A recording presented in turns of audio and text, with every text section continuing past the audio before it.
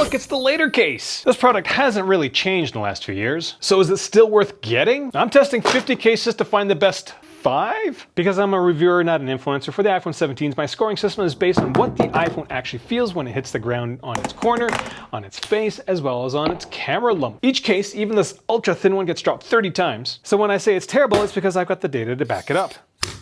The Latercase is a tiny, tiny case. Again, the design hasn't really changed over the last 2 years, and if they don't change it next year, I'm not buying it. I'm not gonna waste my money on this brand anymore. And I'm going to tell you why in a bit. Now, the Latercase is made from space-age material. It's an Aramid fiber case, but when it was first released, didn't they say it was Kevlar? Aramid, Kevlar, basically the same thing, minus the trademarks. Finish of this case is quite smooth. Unlike the previous case that I reviewed, this Pitaka, it's not as rough. And that really has to deal with the fact that this is 600D Aramid fiber, the Pitaka's 1500, so these fibers are a lot thinner, I think. Now, one of the neat things about the Latercase is that they vacuum form the camera lump area. Given how well carbon fiber has done for protection for the iPhone, I'm excited to do the camera lump drop for this part. Case is going to add 17 grams to your iPhone, going to bulk it up by a paltry 26%. It's almost like there's nothing there. Now, this case does have a slight soft rubber coating to it. It doesn't really help with the grip. Because of all the different cutouts for the buttons, your fingers naturally have different anchor points. So the grip isn't terrible, but again, it'd be nice if it had a bit more texture on the back. Screen access for this case is phenomenal because the case edges don't actually go past the iPhone with a screen protector on it. And like this Pitaka, the case edges along the screen edge are very, very noticeable. Really takes away from the smooth design of the iPhone with these very noticeable case edges. When it comes to port cutouts, massive. Now, MagSafe is where I have the biggest issue in terms of the Latercase. This case has no built-in MagSafe magnets in it. So it relies solely on the iPhone's magnets, which isn't great because, yeah, stuff just comes right off. And maybe I give Latercase the benefit of the doubt because it's really hard to put magnets in a thin case. But Pitaka does it. Mouse does it.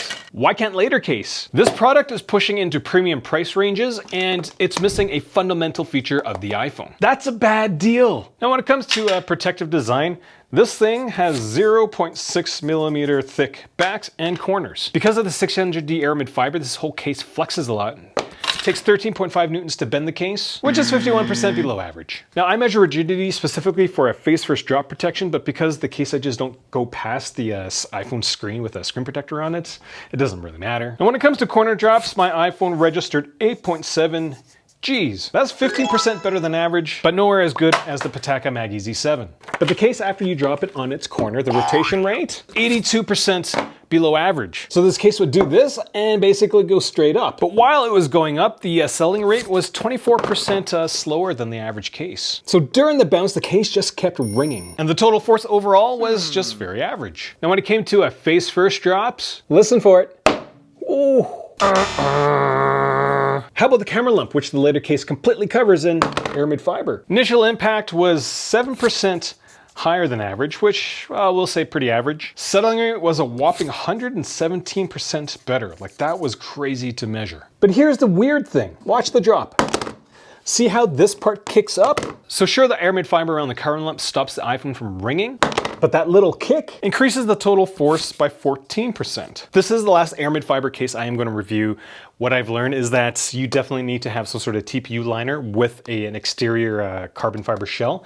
That's going to be the tour de France of thin phone case protection, not just single layer this. So would I get this if I wasn't a reviewer? The short answer is no, for 2 reasons. The first is the lack of MagSafe. Like, that's just the why?